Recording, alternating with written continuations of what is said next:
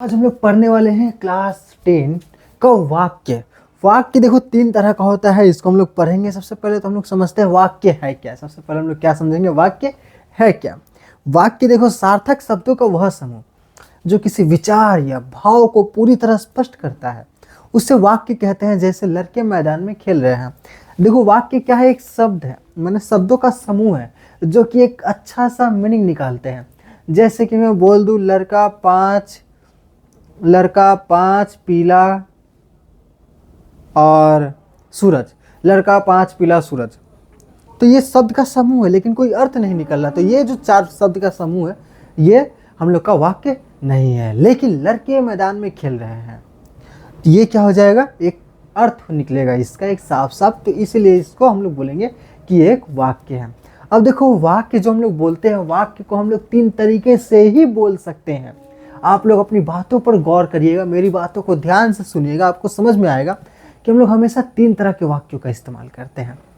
कितने तरह के वाक्यों का इस्तेमाल करते हैं, तीन तरह का। जो लोग बड़ी गहराई से देखते हैं खुद को, उन लोगों को ही समझ में आएगा कि हम लोग तीन तरह के वाक्यों का प्रयोग करते हैं। कौन कौन सा, जब हम ये पूरी टॉपिक को पढ़ लेंगे तो उसके बाद हम लोग को समझ में आए कि हम लोग कौन कौन से टॉपिक, हम लोग कौन कौन से वाक्यों का इस्तेमाल करते हैं। तो चलो जानते हैं हम लोग। तो सबसे पहला हो गया, हम लोग जो है, हम लोग बोलचाल की भाषा में एक नंबर जो है वो हम लोग सरल वाक्य का इस्तेमाल करते हैं कि हम लोग आसानी से एक सेंटेंस में एक ही वाक्य को बोल दिए। जैसे कि देखो, जिस वाक्य में केवल एक ही मुख्य क्रिया और एक ही उद्देश्य होता है या कर्ता होता है, उसे सरल वाक्य कहते हैं। जिसमें क्या होगा, एक मुख्य क्रिया होगा, जो क्रिया होगा वर्ब होगा वो मुख्य होगा, एक ही होगा, और उद्देश्य कर्ता भी एक होगा, तो उसको क्या कहेंगे हम लोग, सरल वाक्य। देखो एग्जाम में परिभाषा भी पूछ लेता है, तो आप लोग परिभाषा को भी पता रखना होगा, ठीक है। तो जिस वाक्य में केवल एक ही मुख्य क्रिया और एक ही उद्देश्य होता है उसे सरल वाक्य कहते हैं। दोहराइए मेरे साथ, जिस वाक्य में केवल एक ही मुख्य क्रिया और एक ही उद्देश्य होता है उसे सरल वाक्य कहते हैं। बहुत अच्छे दोहराए तुम लोग। कौन दोहराया, हम तो नहीं दोहराए। देखो पहचान, इसमें कोई योजक शब्द नहीं होता है। योजक क्या होता है इसको हम लोग आगे चल कर समझेंगे इसी वीडियो में। अभी 15 मिनट में खत्म हो जाएगा हम लोग का ये वाक्य। जैसे कि देखो एग्जाम्पल, इस बार हम पहले के वीडियो में एक एक एग्जाम्पल देते थे जो कि हम लोग को समझ में नहीं आता था। एक सेकेंड रुक जाओ तुम लोग, ज़्यादा नहीं, एक सेकेंड ही रुकना। तो पहले के वीडियोज़ में एक एक एग्जाम्पल दे करके समझाते थे, लेकिन इस बार हम 5 एग्जाम्पल्स दिए हैं। जैसे कि पहला एग्जाम्पल है, राम रोटी खाता है। राम रोटी खाता है, देखो एक कर्ता है और एक क्रिया है, ठीक है। क्या खा रहा है, वर्ब एक ही को है, सब्जेक्ट एक ही को है, तो राम रोटी खाता है। लड़के क्रिकेट खेल रहे हैं। मीना मधुर गीत गा रही है, एक ही सब्जेक्ट है और एक ही वर्ब है, गा रही है, ठीक है। एक ही वर्ब है, एक ही सब्जेक्ट है, और ये सब ऑब्जेक्ट हो गया, उद्देश्य हो गया। ये बच्चा जोर जोर से रो रहा है, ये हो गया जोर जोर से रो रहा है, तो रोना क्या हो जाएगा, एक वर्ब हो गया। ये बच्चा क्या हो गया, एक ये सब्जेक्ट हो गया। तो एक सब्जेक्ट और एक वर्ब रहेगा, तो हम लोग उसको क्या कहेंगे, उसको हम लोग बोलेंगे सरल वाक्य है। क्या बोलेंगे, सरल वाक्य है। भंबल दा को मैंने काफ़ी करीब से देखा है। तो अक्सर क्या करता है कि किताब से ही कोई भी सेंटेंस उठा के हम लोग के एग्जाम में दे देता है और बोलता है कि बताओ ये कौन सा वाक्य है। तो अगर उसमें देखना कि एगो क्रिया रहेगा, एगो सब्जेक्ट रहेगा और एक ही को क्रिया रहेगा, जैसे काफ़ी करीब से देखा है, तो क्रिया क्या हो गया, देखना। तो एक भंबल दा को मैंने, अच्छा भंबल दा को किसने देखा, मैंने देखा है, तो कर्ता कौन है, मैंने। कर्ता कौन है, काम कौन कर रहा है, मैंने देखा है। किसको देखा है, भंबल दा को देखा है, तो ये तो उद्देश्य हो जाएगा, हम लोग का ऑब्जेक्ट हो जाएगा। भंबल दा हो जाएगा ऑब्जेक्ट, काफ़ी करीब से भी हो जाएगा ऑब्जेक्ट। मैंने, मैं कर्ता एगो है और जो है क्रिया भी एक ही ठो है, तो ये क्या हो जाएगा, सिंपल सेंटेंस। मैंने भंबल दा को मैंने काफ़ी करीब से देखा है। तो ये सेंटेंस थोड़ा ट्रिकी था, ठीक है, तो इसको बस समझ लेना है, थोड़ा ध्यान से पढ़ेंगे बस समझ में आ जाएगा। बहुत आसान है ये सब मुश्किल क्या है। देखो दूसरा क्या है, संयुक्त वाक्य। संयुक्त वाक्य क्या होता है, जो जब दो या दो से अधिक स्वतंत्र वाक्य किसी योजक शब्द द्वारा जुड़े होते हैं तो उसे संयुक्त वाक्य कहते हैं। जब दो या दो से अधिक वाक्य,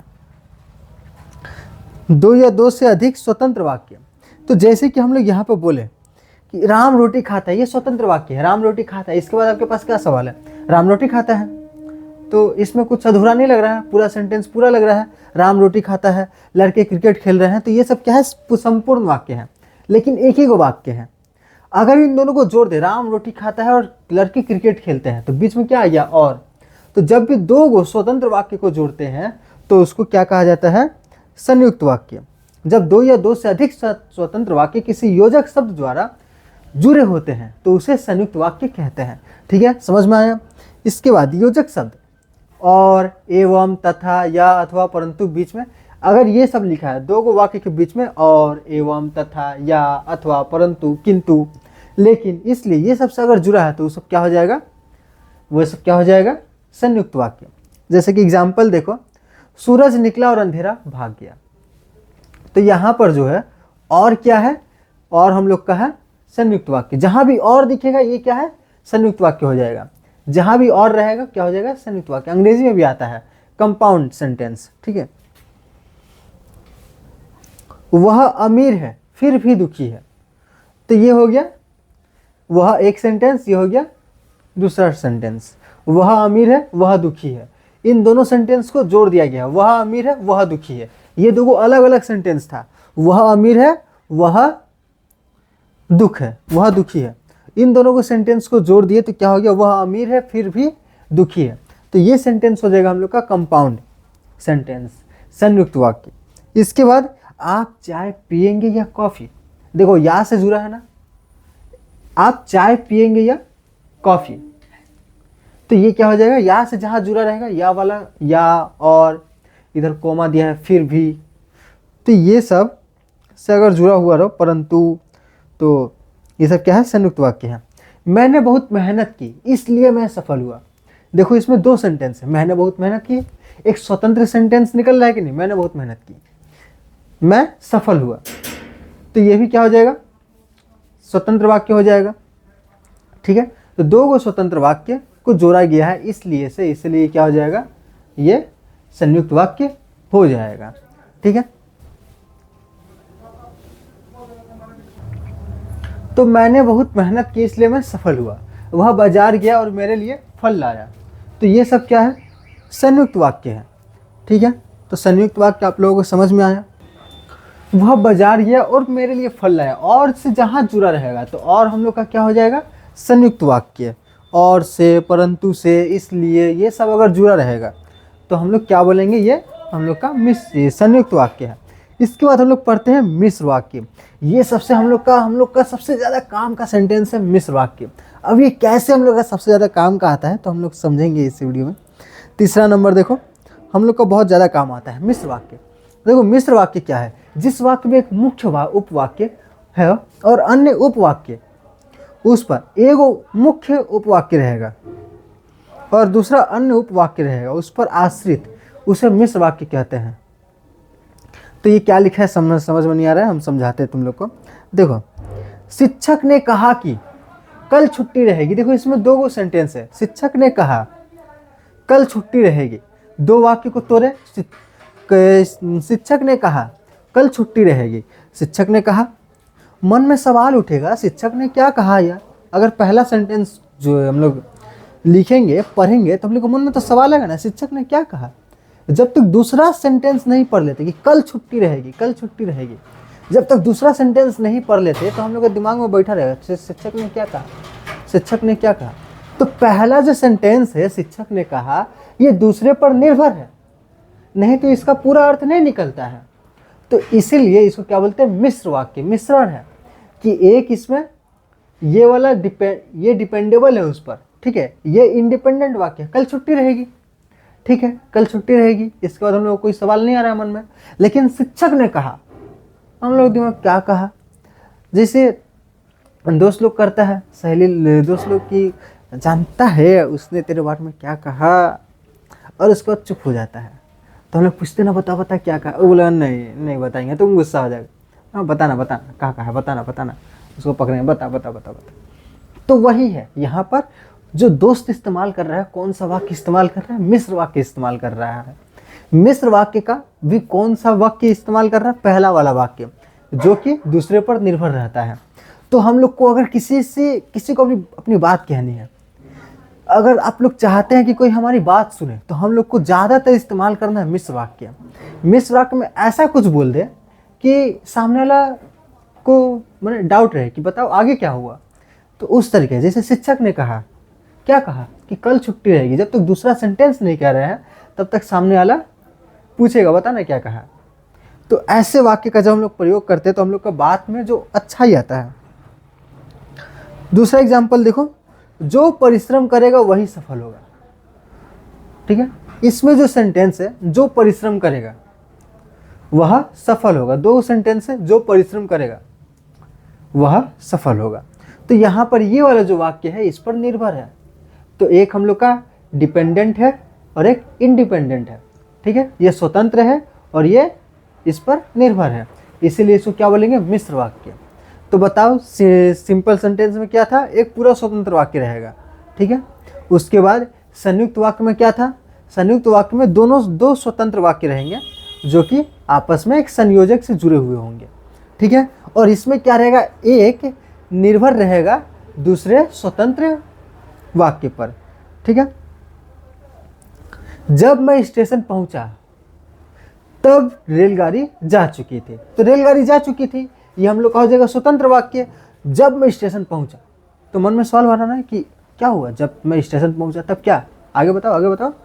तो यहाँ पर जो वाक्य है ये है इस पर डिपेंड होने वाला है। तो ये डिपेंडेंट है और वो इंडिपेंडेंट है।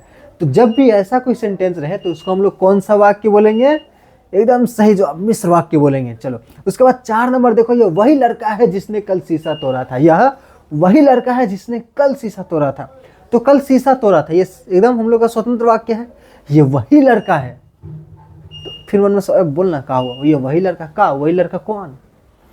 तो जब भी ऐसा वाक्य रहेगा तो हम लोग क्या बोलेंगे कि जब ये है हम लोग का डिपेंडेंट, ये इस पर निर्भर कर रहा है, इसलिए ये संयुक्त वाक्य नहीं है, ये है हम लोग का कौन सा वाक्य, मिश्र वाक्य है। यदि तुम पढ़ोगे, तो भैया बताइए ना आगे क्या, यदि तुम पढ़ोगे तो परीक्षा में पास हो जाओगे। तो वो तो नहीं पढ़ने से भी हो ही जाओगे, तो उसमें चिंता क्या करना है। तो परीक्षा में पास हो जाओगे, परीक्षा में पास हो जाओगे, ये हम लोग का क्या है, ये इंडिपेंडेंट है, स्वतंत्र है, लेकिन ये क्या है उस पर डिपेंड है। तो ये सब हो जाएगा हम लोग का स्वतंत्र वाक्य। ठीक है, उसके बाद देखो हम लोग को रूपांतरित करने भी देता है कि दे देगा सरल वाक्य, 2 को सरल वाक्य दे दिया, बोला इसको चलो तुम बना के दिखाओ संयुक्त वाक्य में। संयुक्त वाक्य दे दिया, बोला कि तुम इसको बना के दिखाओ मिश्र वाक्य में। मिश्र वाक्य दे दिया, बोल रहे कि इसको बना के दिखाओ तुम सरल वाक्य में। तो हम लोग को बनाना है, चलो हम लोग देखते हैं। तो परीक्षा में अक्सर एक प्रकार के वाक्य को दूसरे में बदलने के लिए कहा जाता है। तो हम लोग देखते हैं, सरल वाक्य से संयुक्त। सरल, वह खाना खाकर सो गया। सरल वाक्य है, वह खाना खाकर सो गया। संयुक्त वाक्य में क्या लिखेंगे, उसने खाना खाया और वह सो गया। ठीक है, सरल से संयुक्त करेंगे तो हम लोग और लगा देंगे, तो हम लोग को थोड़ा दिमाग लगाना। वह खाना खाकर सो गया, उसने खाना खाया और सो गया, और वह सो गया। तो देखो 2 सेंटेंस में उसने खाना खाया और वह सो गया, बीच में लगा दिया और बस हम लोग का बन गया सरल से संयुक्त। सरल से मिश्र, देखो अच्छे लड़के मेहनती होते हैं। तो जो लड़के अच्छे होते हैं वो मेहनती होते हैं।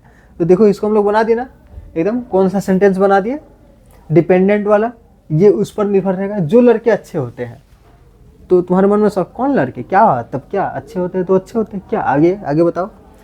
तो तब हम लोग क्या कहेंगे, वे मेहनती होते हैं। तो ये वाक्य उस पर डिपेंडेंट है, इसलिए क्या हो जाएगा ये मिश्र वाक्य। ठीक है, संयुक्त वाक्य से मिश्र वाक्य करने के लिए देता है, रात हुई और चांद निकला। तो जैसे ही रात हुई वैसे ही चांद निकला।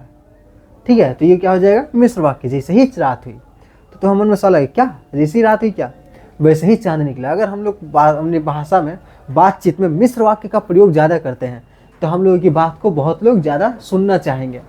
ठीक है, अब देखो प्रीवियस ईयर के प्रश्न देखते हैं। भंबल दा को मैंने काफ़ी करीब से देखा है।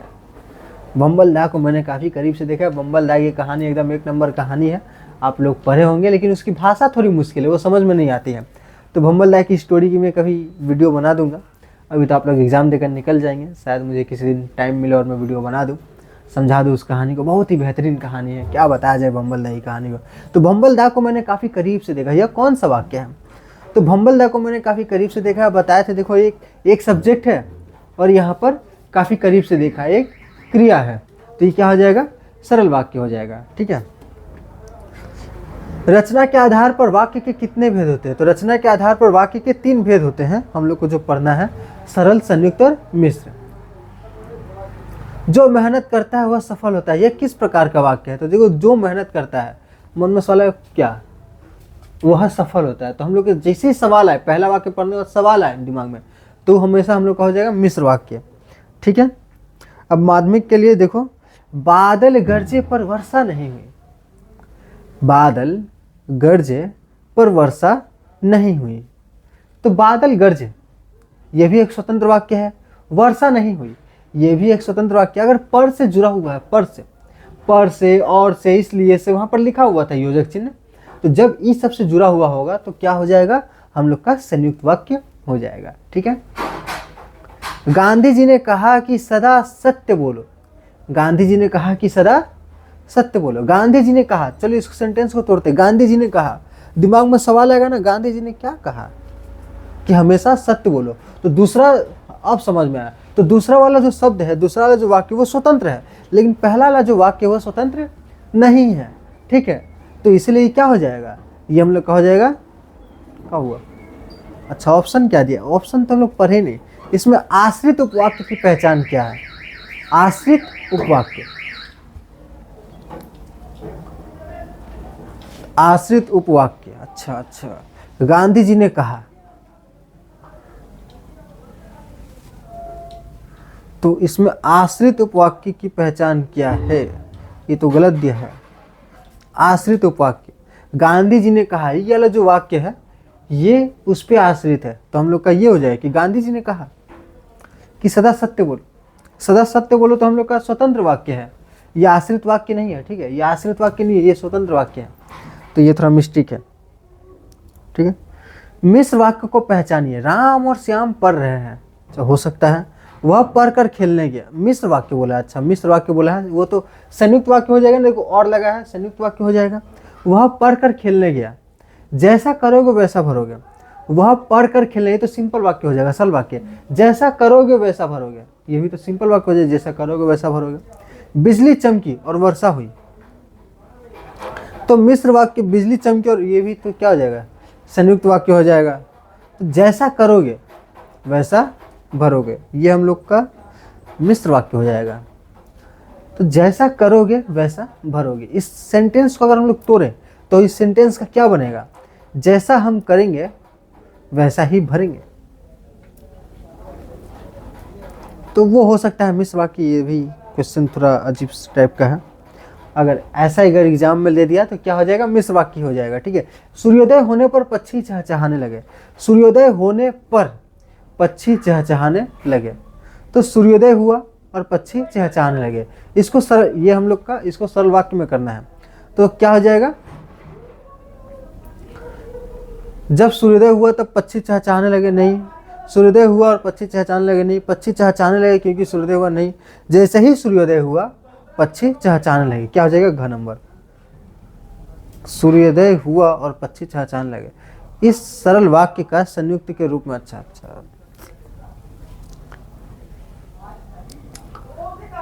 संयुक्त रूप में क्या होगा, संयुक्त रूप पूछा है ना, तो संयुक्त रूप तो जब सूर्योदय हुआ तब पक्षी चहचहाने लगे, सूर्योदय हुआ और पक्षी चहचहाने लगे, ये वाला हो जाएगा ख नंबर। तो हम सवाल को ध्यान से नहीं पढ़े तो मुझे माफ करिएगा। सूर्योदय होने पर पक्षी चहचहाने, ये सरल वाक्य है। सरल वाक्य का संयुक्त रूप में क्या होगा, संयुक्त रूप में क्या होगा, तो सूर्योदय हुआ और पक्षी चहचहाने लगे। आसान सा क्वेश्चन था, मिस्टेक हो गया गलती से। इस क्वेश्चन को ध्यान से हम लोग पढ़ते थे, एग्जाम में भी कई बार ऐसे ही मिस्टेक्स होते हैं। हम लोग क्वेश्चन को कुछ और ही पढ़ लेते हैं, तो हमेशा क्वेश्चन को ध्यान में पढ़ने की एकदम क्या रहना चाहिए, हैबिट रहना चाहिए। तो क्वेश्चन को हम लोग ध्यान से पढ़ेंगे। संयुक्त वाक्य में दो स्वतंत्र वाक्यों को जोड़ने वाले शब्द कहलाते हैं। संयुक्त वाक्य में दो स्वतंत्र वाक्य को जोड़ने के लिए जो शब्द रहता है उसको क्या कहते हैं, योजक कहते हैं। ठीक है, अंग्रेजी में कंजंक्शन कहते हैं। ठीक है, तो बस यहाँ पर हो गया है। और अब यहाँ पर अभ्यास प्रश्न है, हम लोग अभ्यास प्रश्न करेंगे। ठीक है, अभ्यास प्रश्न है, उत्तर भी दिया हुआ है। तो जितना भी हम लोग व्याकरण किए सभी के अभ्यास प्रश्न यहाँ पर दिए हुए हैं, तो हम लोग करेंगे। ठीक है, नेक्स्ट वीडियो में करेंगे, इस वीडियो में नहीं करेंगे। ठीक है, तो हम लोग मिलते हैं नेक्स्ट वीडियो में अभ्यास प्रश्न के साथ। टाटा बाय बाय, अच्छे से एग्ज़ाम की तैयारी कीजिए।